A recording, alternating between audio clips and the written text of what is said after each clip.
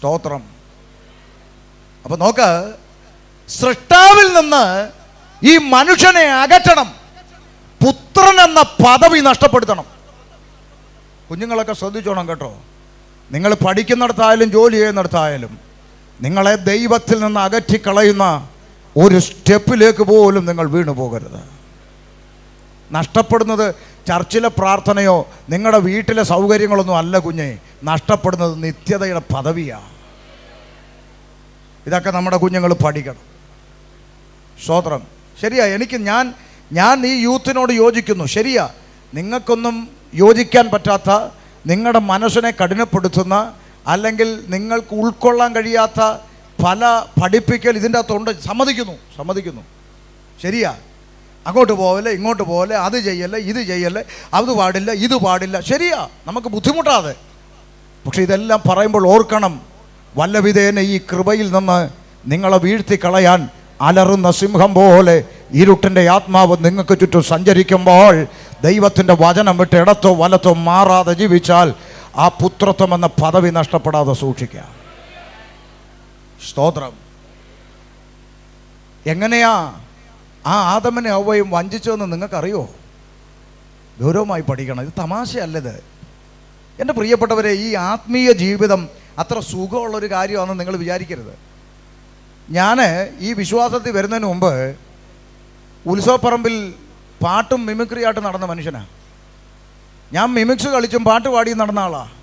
അത് വേറൊരു വൈബാണ്. ഇപ്പോഴത്തെ പിള്ളേരുടെ ഭാഷയിൽ പറഞ്ഞാൽ അത് വേറൊരു വൈബാണ്. ഇന്ന് ഈ ഫീൽഡിൽ വന്നില്ലെങ്കിൽ ഞാൻ ഏതെങ്കിലും ഒരു ചാനലിൻ്റെ അകത്ത് മിമിക്രിയും പാട്ട് കണ്ടനെ. അത് വേറൊരു ലോകമാണ്. ഉത്സവപ്പറമ്പിലെ ഗാനമേളയ്ക്ക് അവസാനത്തെ പാട്ട് പാടുന്ന ഞാനായിരുന്നു. എൻ്റെ കൂടെ പാട്ടുപാടി നടന്ന പലരും ഇന്ന് എൻ്റെ ഫേസ്ബുക്കിൽ ഫ്രണ്ട്സാണ്. അവരിൽ പലരും സിനിമാ ഫീൽഡിൽ എത്തപ്പെട്ടവരുണ്ട്, റാപ്പ് മ്യൂസിക്കിൽ ചെന്ന് കയറിയ കൂട്ടുകാരുണ്ട്, എല്ലാവരും ഉണ്ട്. അപ്പം അത് വേറൊരു വൈബാണ്. ഒരു ഉത്സവപ്പറമ്പിലെ പാട്ട് കഴിഞ്ഞ് ഇറങ്ങുമ്പോൾ 10 പേര് വന്ന് ഫോൺ നമ്പർ മേടിക്കുന്നു, അവർ വിളിക്കുന്നു, പറയുന്നു, സംസാരിക്കുന്നു. അത് വേറൊരു ലോകമാണ്. നമ്മുടെ നാട്ടിലെ ചെറുപ്പക്കാർ പറയുന്ന പോലെ ഒരു ജന്മമല്ലേ ഉള്ളളി, അടിച്ച് പൊളിച്ച് അങ്ങോട്ട് ജീവിക്കുക. അത് വേറെ വൈബാണ്. അത് വിട്ടിട്ട് ഇവിടെ വന്നത് ഇത് തമാശ അല്ല. ഇതിൻ്റെ അകത്ത് ഗൗരവമായ വിഷയങ്ങളുണ്ട്. നമ്മൾ ആരും വിചാരിച്ചാൽ നമുക്കിവിടെ ഒരു 60 വർഷം 70 വർഷം 80 വർഷം ഞാൻ ഇവിടെ തന്നെ കാണുമെന്ന് ഈ ഭൂമിയിൽ ഒരു മനുഷ്യനും പറയാൻ സാധിക്കില്ല. പറ്റുമോ? നാളെ ഞാൻ ഇവിടെ ഉണ്ടാവുമെന്ന് ആർക്ക് പറയാൻ പറ്റും? പറ്റില്ല. അതുകൊണ്ട് ഇന്ന് രാത്രി ഉറപ്പ് വരുത്തേണ്ടത് നിത്യതയാണ്. ശ്രദ്ധിച്ച് കേട്ടോണം. ഈ പുത്രത്വം അകറ്റിക്കളയാൻ ഈ പിശാച് ഉപായത്താൽ ചതിച്ചു എന്നാണ് പൗലോസ് ലീഗ പറയുന്നത്. ഞാനിതൊന്ന് ആഴത്തിൽ പഠിക്കാൻ ശ്രമിച്ചു. കർത്താവേ, ഈ സർപ്പം ഹവ്വായെ ഉപായത്താൽ ചതിച്ചത് പണ്ട് ഏദനിലെങ്ങോ നടന്നൊരു കാര്യമല്ലേ? അതെന്തിനാ കർത്താവേ ഈ പുതിയ നിയമസഭയോട്, കൊരിന്ത് സഭയോട് പറയുന്നത് എന്തിനാന്ന് എൻ്റെ ചിന്ത. ഞാൻ ദൈവത്തോട് ചോദിച്ചു, കർത്താവേ അതെന്താ അങ്ങനെ പറയാൻ കാര്യം? അന്ന് ആ പാമ്പൊക്കെ പോയില്ലേ? ഇത് പുതിയ നിയമസഭയല്ലേ? ഈ സഭയോട് എന്തിനാ പൗലോസ് ഇത് എടുത്തു പറഞ്ഞേ? ഇപ്പോൾ പരിശുദ്ധാത്മാവ് എന്നോട് പറഞ്ഞൊരു ചിന്തയുണ്ട്. മോനെ, ആ പഴയ പാമ്പ് പോയി പുതിയ പാമ്പും കുഞ്ഞുങ്ങൾ വന്നിട്ടുണ്ട്. പക്ഷെ ഉപായം മാറിയിട്ടില്ല. പഴയ പാമ്പ് പോയി പുതിയ പാമ്പും കുഞ്ഞുങ്ങൾ വന്നിട്ടുണ്ട്. പക്ഷെ ആ അന്ന് പ്രയോഗിച്ച ഉപായം മാറിയിട്ടില്ല. അവൻ അത് ഇന്നും പ്രയോഗിച്ചുകൊണ്ടിരിക്കുകയാണ്. അപ്പം ഞാൻ ചിന്തിച്ചു, അതെന്താ ഉപായം? ദൈവാത്മാവ് ഇടപെട്ടൊരു ദൂത് കേൾക്കണോ? മോനെ, അന്ന് പ്രയോഗിച്ച ഉപായം ഒന്നേ ഉള്ളൂ, സിമ്പിൾ. എന്താണെന്നറിയോ? ജഡത്തെ സന്തോഷിപ്പിക്കുന്ന ദൂത് പറഞ്ഞു. തെറ്റി. നിങ്ങൾക്ക് മനസ്സിലായോ ഞാൻ പറഞ്ഞത്? ജഡത്തെ സന്തോഷിപ്പിക്കുന്ന ദൂത് പറഞ്ഞെന്ന് ഓർമ്മയുണ്ടോ? ദൂത് നമ്പർ 1, നിങ്ങൾ മരിക്കയില്ല നിശ്ചയം. പാമ്പ് പറഞ്ഞത് അല്ലേ? നിങ്ങൾ മരിക്കയില്ല നിശ്ചയം. ഞാൻ നിങ്ങളോട് ചോദിക്കട്ടെ, ഈ മരിക്കത്തില്ലെന്ന് പറയുമ്പോൾ സന്തോഷിക്കുന്നത് ആത്മാവാണോ ജഡമാണോ? പറ. ജഡം. കാരണം എന്താ? രക്ഷിക്കപ്പെട്ട് സ്നാനപ്പെട്ട ഒരു ദൈവവൈതലിൻ്റെ പ്രത്യാശ എന്താ? മാൻ നീർത്തോടിനായി കാംക്ഷിക്കുന്നത് പോലെ ദൈവമേ എൻ്റെ ആത്മാവ് നിന്നോട് ചേരാൻ. രക്ഷിക്കപ്പെട്ടവൻ്റെ പ്രത്യാശയാണ് പറയുന്നത്. ഇനി പറയുക, കൂടാരമാകുന്ന ഈ ഭൗമഭവനം പൊളിയണം, കൈപ്പണിയല്ലാത്ത നിത്യഭവനത്തിലേക്ക് പ്രവേശിക്കണം. ഇനി പറയുക, വിട്ടുപിരിഞ്ഞ് ക്രിസ്തുവിനോട് കൂടെ ഇരിക്കാൻ ഞാൻ അത്യന്തം ഇഷ്ടപ്പെടുന്നു, അത് ഉത്തമമല്ലോ. അപ്പൊ രക്ഷിക്കപ്പെട്ടവന്റെ അകത്ത മനുഷ്യൻ എപ്പോഴും വാഞ്ചിച്ചിരിക്കുന്നത് കർത്താവിൻ്റെ മുഖം കാണാനാണ്. മനസ്സിലായോ? അപ്പം ദൂത് അമ്മാമ്മേ 95 വയസ്സ് വരെ ജീവിക്കുന്ന ആത്മാവ് കാണുന്നു. അമ്മാമ്മയ്ക്ക് സന്തോഷമായി. 95 വയസ്സ് വരെ ജീവിക്കുമെന്ന് പറയുമ്പോൾ സന്തോഷിച്ചത് അമ്മാമ്മയുടെ ആത്മാവാണോ ജഡമാണോ? ജഡം. രണ്ടാമത്തെ ദൂത്, നിങ്ങളുടെ കണ്ണ് തുറക്കും. അല്ലേ, അങ്ങനല്ലേ പറഞ്ഞു? നിങ്ങളുടെ കണ്ണ് തുറക്കും. ആ പഴയ പാമ്പിൻ്റെ പുതിയ കുഞ്ഞുങ്ങൾ ഇന്നും അത് തന്നെ പറയുന്നത്. ഓ, ചിലരുടെ കണ്ണെ തൊടുന്നു. ഓ, കേട്ടല്ലേ? ഓ, നിൻ്റെ വയറേ, ഓ വയറിൻ്റെ വയറ്റ് എല്ലാം ജഡവാ. മൂക്കെ തൊടുന്നു, കണ്ണെ തൊടുന്നു, നടുവനെ തൊടുന്നു. അവിടെ ഒരുത്തനുണ്ട്, അവനാണെങ്കിൽ യൂട്രസ് മാത്രമേ കാണുള്ളൂ. എനിക്കറിയത്തില്ല എങ്ങനെ ഇത് കാണുന്നതെന്ന് എനിക്കറിയത്തില്ല. എന്നാളൊരുത്തൻ പറയാം, അമ്മ ബാത്റൂമിലിരുന്ന് മുക്കുന്ന ഞാൻ കാണുന്നെന്ന്. അത് എങ്ങനെ കാണുമെന്ന് ഞാൻ അന്നേരം തൊട്ട് ഇവൻ ഇതെങ്ങനെ കാണുന്നു? വൃത്തി കേട്ടവൻ മുക്കുന്നത്. അപ്പം നിങ്ങളിത് ഞാനിത് നിങ്ങൾക്കറിയാമോ? സാമ്പാസോട് ചോദിര്, ഞങ്ങൾ പരിചയപ്പെട്ടിട്ട് വർഷങ്ങളായി. ഇതേ വെള്ളറടയുടെ പരിസര പ്രദേശങ്ങളിൽ എന്നെ വെച്ച് മീറ്റിംഗ് നടത്തിയിട്ടുണ്ട്. അന്നും ഞാൻ പേര് സഹിതം അന്നും ഞാൻ പറഞ്ഞു നടന്നു. Sajith Kannur, John Lawrence, Tijo Thomas, James Vemana, Finny Stephen, Raisan Thomas, ഇവനെല്ലാം കള്ളക്കൂട്ടങ്ങളാന്ന് അന്ന് എന്നോട് പിണങ്ങിയ ദൈവദാസന്മാർ ഈ തിരുവനന്തപുരത്തുണ്ട്. ഈ വെള്ളറടയ്ക്കടുത്ത് യഹോവ ഈരെ സഭയുടെ കൺവെൻഷന് വന്നിട്ട് ഈ സജിത്ത് കണ്ണൂർ എന്ന് പറഞ്ഞാൽ സ്വോത്രകാഴ്ച എല്ലാം കൂടെ സഞ്ജീവ് വാരി കെട്ടിക്കൊണ്ട് പോയത് ഇവിടെ ചോദിച്ചാൽ അറിയാം. അന്നും ഞാൻ പറയുന്നു, ദൈവവചനത്തിൻ്റെ പഥ്യ ഉപദേശം പ്രസംഗിക്കാതെ മാജിക്ക് കളിച്ച് ജനങ്ങളെ പറ്റിക്കുന്ന ഇത് തട്ടിപ്പാണ്. ഇത് സുവിശേഷത്തിൻ്റെ വാതിലടയ്ക്കുന്ന കളിയായത്. കാരണം പൊതുജനത്തിന് ഇത് അറിയത്തില്ലെന്ന്. പൊതുജനത്തിന് IPC എന്തുവാ, AG എന്തുവാ, ചർച്ച് ഓഫ് ഗോഡ് എന്തുവാ, ഷാരോൺ എന്തുവാ, ശാലോം എന്തുവാ, ഇൻഡിപെൻഡൻ്റ് എന്തുവാന്ന് പൊതുസമൂഹത്തിന് അറിയത്തില്ല. പൊതുസമൂഹം കാണുന്ന ഇതെല്ലാം പെന്തക്കോസ് എന്നാ. പണ്ട് കാലത്ത് ചായക്കടയിലും കലങ്ങിൻ്റെ ചവിട്ടിലും ഇരുന്ന് കമൻറ്റ് പറഞ്ഞ കാലം പോയി. ഇന്ന് കൊച്ചു കുഞ്ഞുങ്ങളുടെ കയ്യിൽ വരെ ഇരിക്കുക ഈ ഞെക്കി കുത്തുന്ന സുനാമി. ഇതിൻ്റെ അകത്ത് ഓരോ ദിവസവും നടക്കുന്ന വാർത്തകൾ ലോകം മൊത്തം കണ്ടുകൊണ്ടിരിക്കുക. അപ്പം അവരുടെ മുമ്പിലാണ് ഇവന്മാർ ഈ യൂട്രസും മുഴയും ഉളുക്കും കൊണ്ടുവരുന്നത്. അപ്പോൾ ഇത് കാണുന്ന പൊതുജനം മൊത്തത്തിൽ വിലയിരുത്തും. ഇതാണ് പെന്തിക്കോസ്, പെന്തോ കോസ് നടക്കുക. സത്യത്തിൽ അതാണോ? ഇതിൻ്റെ അകത്തൊരു സത്യമാർഗമുണ്ട്. ഇത് മനസ്സിലാക്കണം നിങ്ങൾ. ഈ ജഡത്തെ സന്തോഷിപ്പിക്കുന്ന ദൂത് പറയുന്നതൊന്നും പരിശുദ്ധാത്മാവിലല്ല. ഇനി നിങ്ങൾക്ക് ഇച്ചിരൂടെ സമാധാനം വരാൻ വേണമെങ്കിൽ ഞാൻ ബൈബിളിൽ നിന്ന് ഒരു വാക്യം വായിപ്പിക്കുക. സമാധാനം ഞാൻ പറഞ്ഞെന്ന് കരുതി പണം കണ്ട 2 പത്രോസ് 2:1 മുതലൊന്ന് വായിച്ചാട്ടെ ദൈവദാസനെ. പുറത്തുള്ളവരും കൂടെ എന്തായാലും ഒന്ന് കേട്ടോട്ടെ. 2 പത്രോസ് 2:1. 2 പത്രോസ് 2:1. എന്നാൽ കള്ളപ്രവാചകന്മാരും ജനത്തിന്റെ ഇടയിൽ ഉണ്ടായിരുന്നു. അങ്ങനെ നിങ്ങളുടെ ഇടയിലും ദുരുപദേഷ്ടക്കാന്മാർ ഉണ്ടാകും. അവർ നാശകരമായ മതഭേദങ്ങളെ നുഴയിച്ച് തങ്ങളെ വിലയ്ക്ക് വാങ്ങിയ നാഥനെ തള്ളിപ്പറഞ്ഞ് തങ്ങൾക്ക് തന്നെ ശീഘ്രനാശം വരുത്തും. അവരുടെ ദുഷ്കാമ പ്രവൃത്തികളെ പലരും അനുകരിക്കും. ശ്രദ്ധിക്കണം. അവർ പലരും അനുകരിക്കും. ഇത് നമ്മുടെ ആളുകൾ ഗൗരവമായിട്ട് മനസ്സിലായി. ഇത് പലരും അനുകരിക്കും. ഞാൻ ഒന്ന് തെളിയിക്കാം. പണ്ട് ഞങ്ങളുടെ നാട്ടിൽ കൊല്ലത്ത് പുനലൂരുള്ള ഒരാളാണ് ഈ പേരുവിളി കൊണ്ടുവന്നത്. ബി ബിന്ദു, സി സിന്ധു, രാജു, ഇങ്ങനെ ഈ പേര് വിളിക്കുന്ന പരിപാടി കൊണ്ടുവന്ന പുനലൂരുള്ളൊരു കള്ളപ്രവാചകനാണ്. അന്ന് ആ പുള്ളിയുടെ ശിങ്കിടിയായിട്ട് നിന്ന ഒരു ചെറുപ്പക്കാരനുണ്ടായിരുന്നു. അവൻ നോക്കിയപ്പോൾ ഈ സംഗതി കൊള്ളാം, നല്ല ബിസിനസ്സാണ്, പച്ച പിടിക്കുന്നുണ്ട്. അവൻ നേരെ അടൂര് പോയൊരു സ്ഥാപനം അങ്ങ് തുടങ്ങി. അപ്പോൾ ഈ പേര് വിളി അങ്ങോട്ട് മങ്ങി വന്നപ്പോൾ ഇവൻ അടൂരിലിരുന്നുകൊണ്ട് മാങ്ങയും ചക്കയും പറയാൻ തുടങ്ങി. നിങ്ങളുടെ വീട്ടിലേക്ക് പോകുന്ന വഴി ഒരു മാങ്ങയില്ലേ? മാങ്ങയുണ്ട്. ചക്കയില്ലേ? ചക്കയുണ്ട്. ഇത് കണ്ട. അപ്പം ഇവൻ്റെ ശിങ്കിടി ഇത് അനുകരിച്ചു. അപ്പം അവൻ മാങ്ങയും ചക്കയും പറയാൻ തുടങ്ങിയപ്പോൾ അവനൊരു ഡ്രൈവർ ഉണ്ടായിരുന്നു. ആ ഡ്രൈവർ നോക്കിയപ്പം സംഗതി കൊള്ളാം. അവൻ നേരെ ചെങ്ങന്നൂർ പോയി അടുത്ത സ്ഥാപനം തുടങ്ങി. ഇപ്പം അവനും വിളിക്കാൻ തുടങ്ങി, മാങ്ങയില്ലേ? ഇതാ പരിപാടി, അനുകരിക്കുക. മനസ്സിലാകുന്നുണ്ടോ? വേദപുസ്തകത്തിൻ്റെ ശുശ്രൂഷ അനുകരിക്കേണ്ട കാര്യമില്ല, ഇതിൻ്റെ അകത്ത് എഴുതി വെച്ചേക്കുക. ഇത് ആത്മാവിൽ ധ്യാനിച്ച് പ്രസംഗിക്കുന്നതിന് അനുകരിക്കേണ്ട കാര്യമില്ല. പക്ഷെ വേദപുസ്തകം പറയുക, ഈ കള്ളപ്രവാചകന്മാർ, ദുരുപദേഷ്ടാക്കന്മാർ അവർ അനുകരിക്കും. അടുത്ത വാക്കൊന്ന് വായിച്ചു കൊടുത്തേ. അവർ നിമിത്തം സത്യമാർഗം ദുഷിക്കപ്പെടുന്നുണ്ടോ? നിങ്ങൾ പറ. അവർ നിമിത്തം സത്യമാർഗം ദുഷിക്കപ്പെടും. അപ്പൊ തുരുത്തുമൂലക്കാർ ഒരു സത്യം മനസ്സിലാക്കണം. ഒരു സത്യമാർഗം ഇവിടെ ഉണ്ട്. ഒരു സത്യമാർഗം ഇവിടെ ഉണ്ട്. കുറുകി ഞരങ്ങി കാത്തിരിക്കുന്ന കുറുപ്രാവിനെ പോലെ കർത്താവിന്റെ രണ്ടാമത്തെ വരവിനായി നോക്കി പാർത്തുകൊണ്ട് വിശുദ്ധിയും വേർപാടും പാലിച്ചുകൊണ്ട് ആത്മാവിലും സത്യത്തിലും ദൈവത്തെ ആരാധിക്കുന്ന ഒരു കൊച്ചു കൂട്ടം, ഒരു സത്യമാർഗം ഇവിടെ ഉണ്ട്. ഈ കള്ളന്മാര് കാരണം അത് ദുഷിക്കപ്പെടുന്നതിൽ ഞങ്ങൾക്കും വിഷമമുണ്ട്.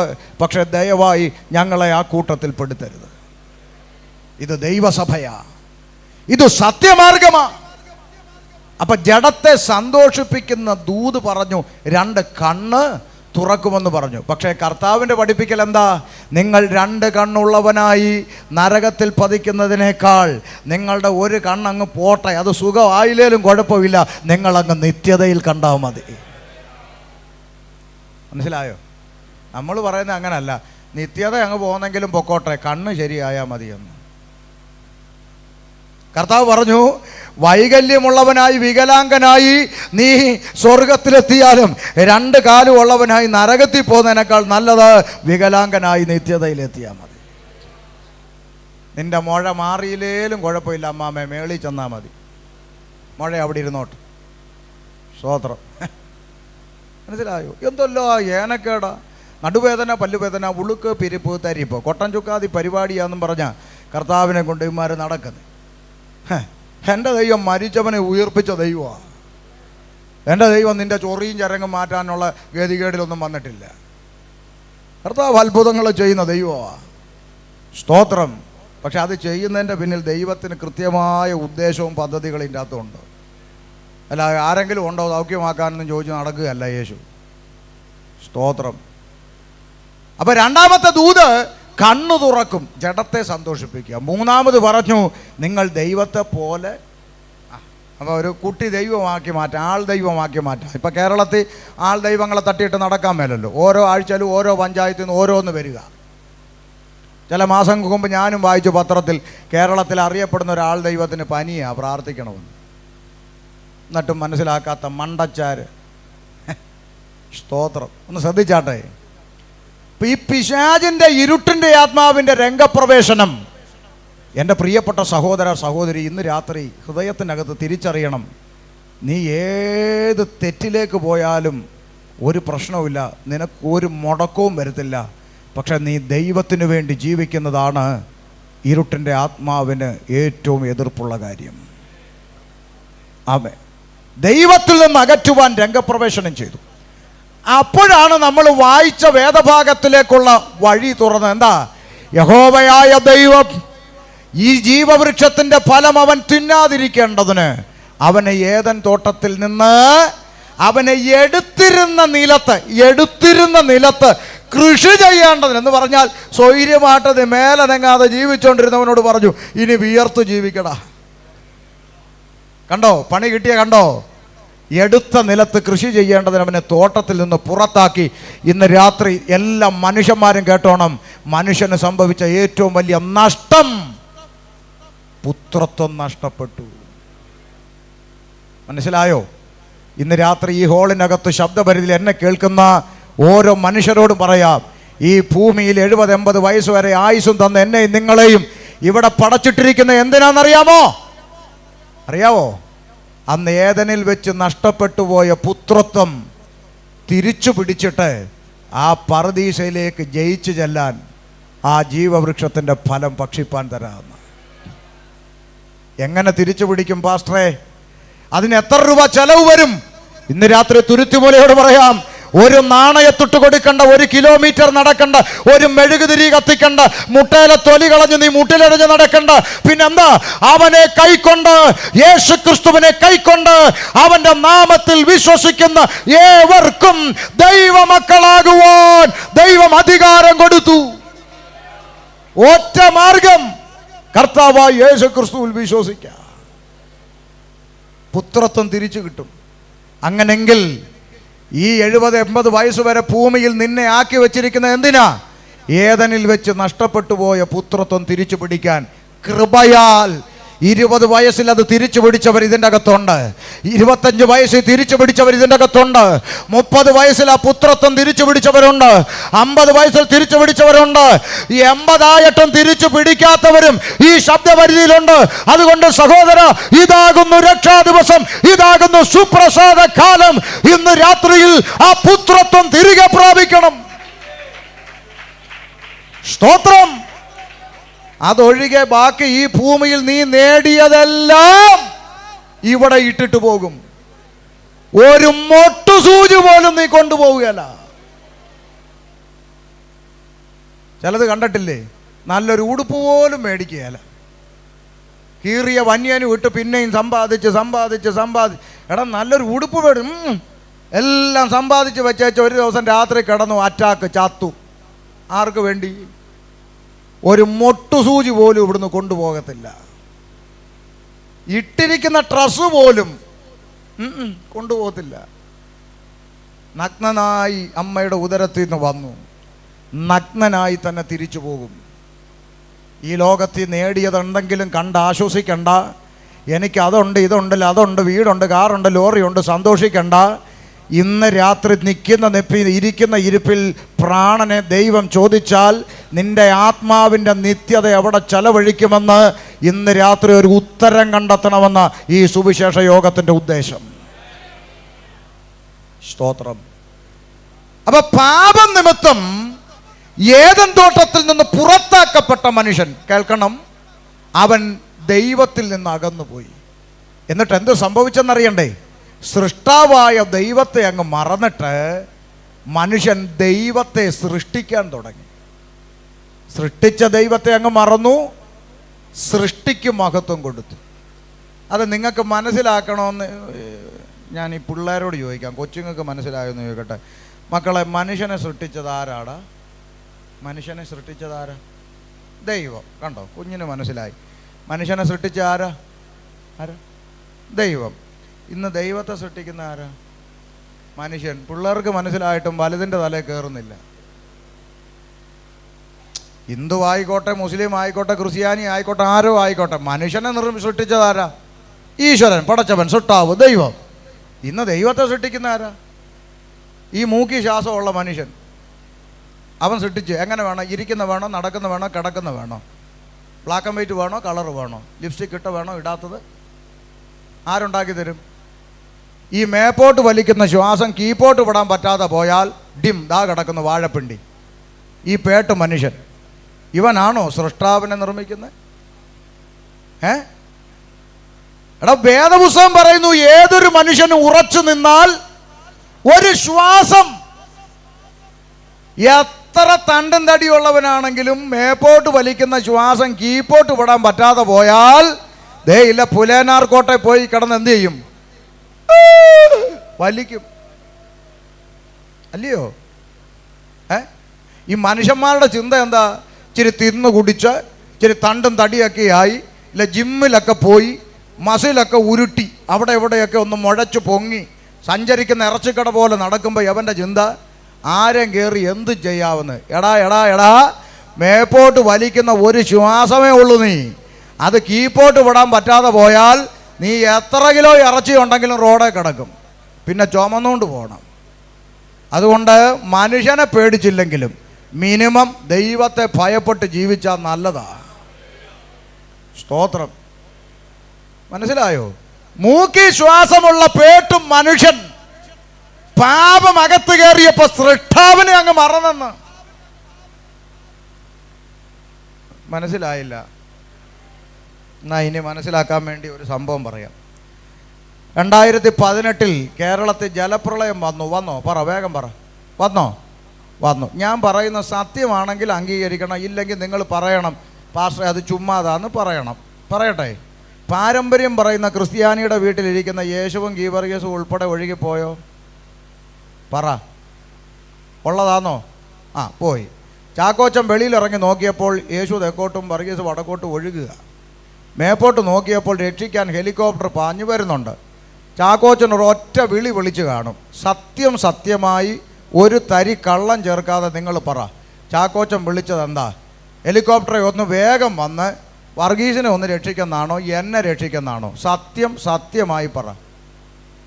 എന്നെ മനുഷ്യനാണെങ്കിൽ അവൻ ആദ്യം പെണ്ണുമ്പിള്ളയെ പോലും നോക്കത്തില്ല, എന്നെ രക്ഷിക്കണേന്ന് വിളിച്ചു. ചാക്കോച്ചൻ ഹെലികോപ്റ്റർ പാഞ്ഞ് വന്ന് ചാക്കോച്ചനെ ഡിഗ്രിയൊക്കെ പഠിച്ച ഡോക്ടർമാർ അവരെ കൊണ്ടാവുന്ന പണി 58 ചെയ്തേച്ച് ഒടുവിലൊരു പദം പറയും, ഞങ്ങളെ കൊണ്ട് ഒക്കുന്നതെല്ലാം ഞങ്ങൾ ചെയ്തിട്ടുണ്ട്, ഇനി നിങ്ങൾ സർവശക്തനായ ദൈവത്തോട് പ്രാർത്ഥിക്കാൻ.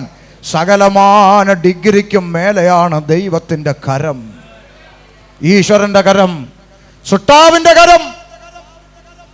അതുകൊണ്ട് മനുഷ്യൻ സൃഷ്ടാവിനെ മറന്നുപോയി. ഇന്ന് രാത്രി ഈ ശബ്ദപരിധിയിൽ എന്നെ കേൾക്കുന്ന മനുഷ്യനെന്ന് പറയുന്ന സകല ഇരുകാലികളും കേട്ടോണം, മൂക്കി ശ്വാസമുള്ള പേട്ട് മനുഷ്യൻ്റെ കൽപ്പനയ്ക്കനുസരിച്ച് താളം ചവിട്ടുന്നവനല്ല ദൈവം. മൂക്കി ശ്വാസമുള്ള ഈ പേട്ട് മനുഷ്യൻ പറയുന്നത് അനുസരിച്ച് ഇരിക്കാനും എഴുന്നേക്കാനും നടക്കാനും കിടക്കാനും അടയ്ക്കാനും തുറക്കാനും നിൻ്റെ കീഴെ പണിയെടുക്കുന്ന ബംഗാളിയാണ് ദൈവം. നിൻ്റെ കീഴെ പണിയെടുക്കുന്ന ബംഗാളിയോട് പറഞ്ഞാൽ അവൻ ചിലപ്പോൾ കേൾക്കും, ശരി സേട്ടാ അങ്ങനെ ചെയ്യാം സേട്ടാ എന്ന് അവൻ പറയും. നീ പറയുന്നതൊക്കെ ചിലപ്പോൾ ബംഗാളി കേൾക്കും, അങ്ങനെ ചെയ്യാം സേട്ടാ. അതുപോലെ മൂക്കി ശ്വാസമുള്ള പേട്ട് മനുഷ്യന്റെ കൽപ്പനയ്ക്കനുസരിച്ച് താളം ചവിട്ടുന്നവനല്ല ഈശ്വരൻ സൃഷ്ടാവ്, അവൻ മഹാദൈവം. ഈ അണ്ടഘടാകത്തെ മുഴുവൻ വാക്കിനാൽ ഉരുവാക്കിയ സൃഷ്ടാവ്. മനസ്സിലായോ? മൂക്കി ശ്വാസമുള്ള പേട്ട് മനുഷ്യൻ സർവശക്തനായ ദൈവത്തെ കൺട്രോളിൽ വരുത്താൻ ശ്രമിക്കുമ്പോൾ ഇന്ന് രാത്രി പെന്തക്കോസുകാരോടും കൂടെ ഞാൻ പറയാം, ഇപ്പം ചില ക്ഷുദ്രജീവികൾ സ്റ്റേജിൽ കയറിക്കിടന്ന് ഇപ്പോൾ തന്നെ ആത്മാവ് ശക്തിയോടെ ഇറങ്ങട്ടെ എവൻ പറയുമ്പോൾ ഇറങ്ങാനും കയറാനും അവൻ്റെ വേലക്കാരനാണോ പരിശുദ്ധാത്മാവ്?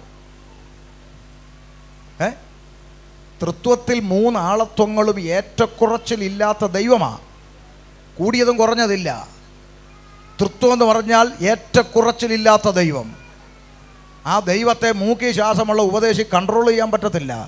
ആത്മാവിനെ അനുസരിച്ച് നടപ്പീനെന്ന ദൈവത്തിൻ്റെ വചനം. നീ ആത്മാവിനെ അനുസരിപ്പിക്കണ്ട. ഇപ്പോഴത്തെ ശുശ്രൂഷകളൊക്കെ പിള്ളേർ കളിയാ. കുറേ പിള്ളേർ സെറ്റ് ഇറങ്ങിയിട്ടുണ്ട്. കുഞ്ഞു കളിക്കാനുള്ളതല്ല ശുശ്രൂഷ. സ്തോത്രം. പോട്ടെ, തിരിച്ചു വരാം. അപ്പൊ പാപത്തിൽ വീണുപോയ മനുഷ്യൻ ഒരു മോക്ഷത്തിനു വേണ്ടി കൊതിക്കുക. അവൻ ഈശ്വരനെ തേടി അലയാൻ തുടങ്ങി.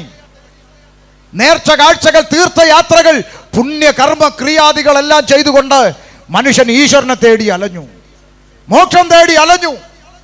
അവന്റെ നിലവിളികൾ പ്രാർത്ഥനാ സൂക്തങ്ങളായി കുറിക്കപ്പെട്ടു. അവൻ നിലവിളിച്ചു, അസതോമാം സദ്ഗമയ തമസോമാം ജ്യോതിർഗമയ. എന്താ അർത്ഥം? ഈ ഇരുട്ടിൽ നിന്ന് വെളിച്ചത്തിലേക്ക് നയിക്കൂ ഭഗവൻ.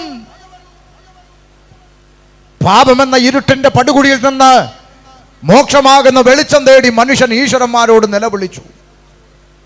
ഇസ്ലാമിക സഹോദരങ്ങളോട് ചോദിച്ചാൽ അവർ പറയും, ഖുർആന് സമീപമായി അവർ സ്നേഹിക്കുന്ന മറ്റൊന്നുണ്ട്, സ്വഹീഹായ ഹദീസുകൾ എന്ന് പറയും.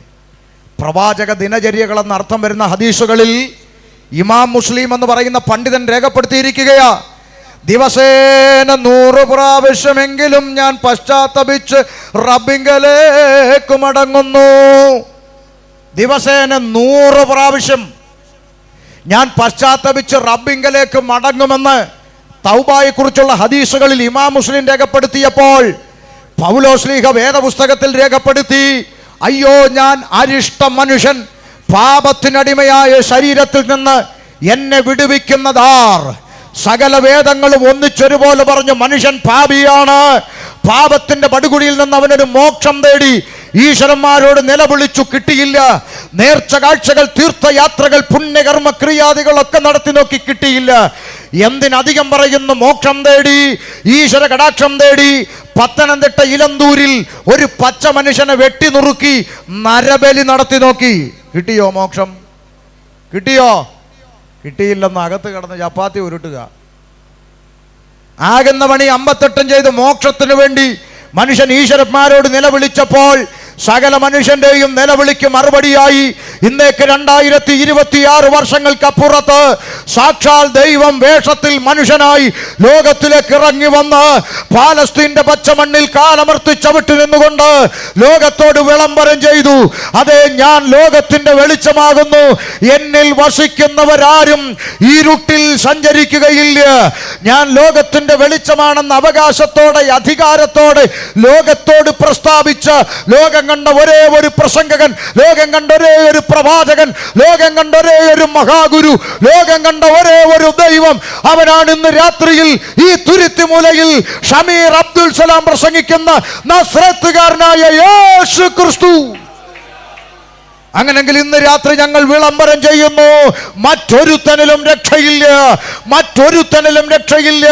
മാനവജാതിക്ക് പാപത്തിന്റെ, ഇരുട്ടിന്റെ, തെറ്റിന്റെ, തിന്മയുടെ പടുകുഴിയിൽ നിന്ന് മോക്ഷം പ്രാപിപ്പാൻ ആകാശത്തിന്റെ കീഴിൽ മനുഷ്യരുടെ ഇടയിൽ യേശുക്രിസ്തു എന്ന ഏക നാമമല്ലാതെ പോരാ, ഏക സത്യ സുവിശേഷമല്ലാതെ പോരാ, ഏക സത്യ നിത്യ ദൈവമല്ലാതെ മറ്റൊരു രക്ഷാ മാർഗം ഈ ക്ഷുതിയിൽ ഇല്ലവേ ഇല്ല.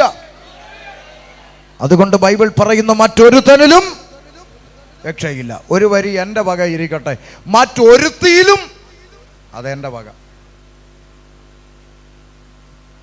അപ്പൊ യേശു വേഷത്തിൽ മനുഷ്യനായി ലോകത്തിലേക്ക് വന്നു. കേൾക്കണം, 30 വയസ്സ് വരെ അമ്മയപ്പന്മാർക്ക് കീഴടങ്ങി ഒരു മാതൃകയുള്ള ജീവിതം കാണിച്ചു. ഇപ്പോഴത്തെ പിള്ളേർ 18 ആകാൻ കാത്തിരിക്കുക, കാണിച്ചു തരാൻ തള്ളയെന്ന്, 18 ആവട്ടെന്ന്. പഠിച്ചോണം, 30 വയസ്സ് വരെ സാക്ഷാൽ ദൈവം കീഴടങ്ങി ജീവിക്കുക. 33 തിരുവയസ്സിൽ മാനവരാശിയുടെ പാപത്തിന് പരിഹാരം വരുത്തുവാൻ യേശു ക്രൂശിലേക്ക് നടന്നു കയറി. സ്തോത്രം. യേശുവിനെ ആരും കൊന്നതല്ല, യേശു പ്രാണനെ ഏൽപ്പിച്ചു കൊടുക്കാനായി ലോകത്തിലേക്ക് വന്നവനാണ്. ഇന്നാളൊരാൾ എന്നോട് ചോദിച്ചു, യേശു എവിടെങ്കിലും ഞാൻ ദൈവമാണെന്ന് സ്വന്തമായിട്ട് പറഞ്ഞിട്ടുണ്ടോ? അതിന് യേശുവിൻ്റെ തലയ്ക്ക് കുഴപ്പമൊന്നുമില്ലായിരുന്നു. അതിന് നമ്മുടെ പ്രധാനമന്ത്രി, നമ്മുടെ രാജ്യത്തിൻ്റെ പ്രധാനമന്ത്രി ബഹുമാനപ്പെട്ട മോഡി സാറാണ്. ഈ മോഡിജി നമ്മുടെ നാട്ടിൽ വന്നാൽ അദ്ദേഹം ഈ റോഡിലൂടെയൊക്കെ പറഞ്ഞുകൊണ്ട് നടക്കണോ, ഞാൻ പ്രധാനമന്ത്രി, എന്നെ ഒന്ന് മൈൻഡ് ചെയ്യേ പ്ലീസ്. സത്യമായിട്ടും ഞാനാണ്. അങ്ങനെ പറയേണ്ട കാര്യമുണ്ടോ? എൻ്റെ ഒന്നും ആവശ്യമില്ല. മനസ്സിലായോ? യേശു ഈ ലോകത്തിലേക്ക് വന്നത് താൻ ദൈവമാണെന്ന് തെളിയിക്കാനല്ല, മാനവരാശിയെ പാപത്തിൽ നിന്ന് വീണ്ടെടുപ്പാൻ തൻ്റെ പ്രാണൻ ഏൽപ്പിച്ചു കൊടുക്കാൻ വേണ്ടി വന്നതാണ്. അബദ്ധത്തിൽ വന്നതൊന്നുമല്ല, അറിഞ്ഞുകൊണ്ട് വന്നതാണ്. ഇന്ന് രാത്രി പുറംകണ്ണ് അടച്ചകക്കണ്ണ് തുറന്ന് കാൽവരിയിലേക്കൊന്ന് നോക്കിയാൽ ഒരു കാഴ്ച കാണാം. ആയിരങ്ങളിൽ പതിനായിരങ്ങളിൽ സുന്ദരനായവൻ, വെണ്മയും ചുവപ്പുമുള്ള എൻ്റെ പ്രിയൻ. ഓരോ ചാട്ടവാറടിക്കും പീശു പീശായി മാംസ കഷണങ്ങൾ ഇളകി തെറിച്ചെന്ന, തലയ്ക്കകത്ത് മുൾക്കിരീടം അടിച്ചടിച്ച് കയറ്റി തലയോട്ടികൾ പിളർന്ന ആഴത്തിലേക്ക് കൂർത്ത മുള്ളുകൾ ഇറങ്ങിയെന്ന, വിലാപ്പുറത്ത് കുന്തം കൊണ്ട് കുത്തിത്തുളച്ചു. പ്രാണനാഥൻ്റെ മുഖത്ത് മനുഷ്യൻ്റെ വായലിരിക്കുന്ന നാറുന്ന തുപ്പൽ യേശുവിൻ്റെ മുഖത്തേക്ക് പതിച്ചെന്ന്. ഇന്നേക്ക് 24 വർഷങ്ങൾക്ക് മുമ്പ് നിങ്ങളെപ്പോലെ ഞാനും സഭയുടെ പിറകിൽ കസേരയിൽ ഇരിക്കുമ്പോൾ ദൈവദാസൻ ആ ക്രൂശ് മരണത്തെക്കുറിച്ച് പ്രസംഗിക്കുക, ഒരു വാചകം പറഞ്ഞു, അവൻ വായ തുറക്കാതെ ഇരുന്നു. യേശു വായ തുറക്കാതിരുന്നു. ഇത്രയും പീഡനങ്ങൾ ഏറ്റിട്ട് ഒരക്ഷരം മിണ്ടാതെ വായ തുറക്കാതിരുന്നു. അത് കേട്ടപ്പോൾ എൻ്റെ ചങ്ക് പിടഞ്ഞു. എൻ്റെ അകത്തളത്തിൽ ഞാൻ ചോദിച്ചു, ദൈവമേ, കാറ്റേ അടങ്ങ്, കടലേ ശാന്തമാക്, ഒറ്റ വാക്കുകൊണ്ട് പ്രകൃതിയെ നാക്കിൻ തുമ്പി നിർത്തിയ മഹാദൈവമല്ലേ അങ്ങ്? ലാസറേ പുറത്തു വാ എന്ന ഒറ്റ വാചകം കൊണ്ട് 4 ദിവസം ചീഞ്ഞ മൃതദേഹത്തെ പുറത്തു കൊണ്ടുവന്ന മഹാദൈവമല്ലേ അങ്ങ്? അങ്ങൊരു വാക്ക് കൽപ്പിച്ചാൽ ഈ റോമ സാമ്രാജ്യത്തെ മുഴുവൻ കത്തിച്ച് ചാമ്പലാക്കിയിട്ട് ആ ക്രൂശിൽ നിന്ന് ഒരു സൂപ്പർ ഹീറോയെ പോലെ സ്ലോ മോഷനിൽ ഇറങ്ങി നടന്നു വരുവാൻ അങ്ങേക്ക് കഴിയുമായിരുന്നിട്ടും അങ്ങ് എന്തുകൊണ്ട് വായ തുറക്കാതിരുന്നു എന്ന ചോദ്യത്തിന് ഇന്നേക്ക് 24 വർഷങ്ങൾക്ക് മുമ്പ് പരിശുദ്ധാത്മാവ് എനിക്ക് മറുപടി തന്നു. ഷമീറേ, അവൻ വായ തുറക്കാതിരുന്നത് അത് നിനക്ക് വേണ്ടിയാണ്. ഇന്ന് രാത്രി സഹോദര, അത് നിനക്ക് വേണ്ടിയാണ്. ഇന്ന് രാത്രി സഹോദരി, അത് നിനക്ക് വേണ്ടിയാണ്. ഞാനും നീയും അനുഭവിക്കേണ്ടിയിരുന്ന ശിക്ഷ എൻ്റെ യേശുവിൻ്റെ മേലായി. എന്നെയും നിന്നെയും നരകത്തിൻ്റെ പടുകുഴിയിൽ നിന്ന് രക്ഷിപ്പാൻ യേശു ക്രൂശിൽ തൻ്റെ പ്രാണനെ യാഗമാക്കി. ഇന്ന് രാത്രി തുരുത്തിമൂലയോട് വിളിച്ചു പറയാം, ആ 3 ആണി കൊണ്ട്, ആ കാൽവരി കൊണ്ട്, ആ അരിമത്യക്കാരനായ യോസേഫിൻ്റെ കല്ലറ കൊണ്ട് യേശു എന്ന വ്യക്തിത്വം അവസാനിച്ചിരുന്നെങ്കിൽ 3 ആണി കൊണ്ട് അവസാനിച്ച യേശുവിനെ പ്രസംഗിക്കാൻ ഷമീർ വരത്തില്ല. തുരുത്തിമൂലയിൽ 3 ആണി കൊണ്ട് അവസാനിച്ച യേശുവിന് വേണ്ടി പാടാൻ ഇവിടെ ഒരു കൊയർ ടീം രൂപപ്പെടത്തില്ല. 3 ആണി കൊണ്ട് അവസാനിച്ച യേശുവിനെ പ്രസംഗിക്കാൻ ഈ തുരുത്തിമൂലയിൽ ഒരു കൺവെൻഷൻ ഉയരത്തില്ല. പിന്നെ എന്തുകൊണ്ട് ഞങ്ങൾ പാടുന്നു? എന്തുകൊണ്ട് ഞങ്ങൾ പ്രസംഗിക്കുന്നു? ഞങ്ങൾ പാടുന്നതും പ്രസംഗിക്കുന്നതും കുമ്പനാട്ടും എടത്തുവായിലും പരിമലയിലും കുരിശുമലയിലും അടഞ്ഞു കിടക്കുന്ന ഒരു കല്ലറവാദിക്കലല്ല, ഒരു കണ്ണാടിക്കൂടിന്റെ മുമ്പിലല്ല, മറിച്ച് ഉലക മഹാന്മാരഖിലരും ഒരുപോൽ കല്ലറയ്ക്കകത്തൊടുങ്ങി ഒതുങ്ങി പോയപ്പോൾ ഇന്ന് രാത്രി ഞാൻ പ്രസംഗിക്കുന്ന യേശുക്രിസ്തു പാതാളത്തെ ജയിച്ചുകൊണ്ട്, മരണത്തെ ജയിച്ചുകൊണ്ട്, പിശാചിനെ ജയിച്ചുകൊണ്ട്, ലോകത്തെ ജയിച്ചുകൊണ്ട് എന്റെ യേശു ഉയർത്തെഴുന്നേറ്റു. ആ യേശു ഇന്നും ജീവിക്കുന്ന ജീവനുള്ള ദൈവം.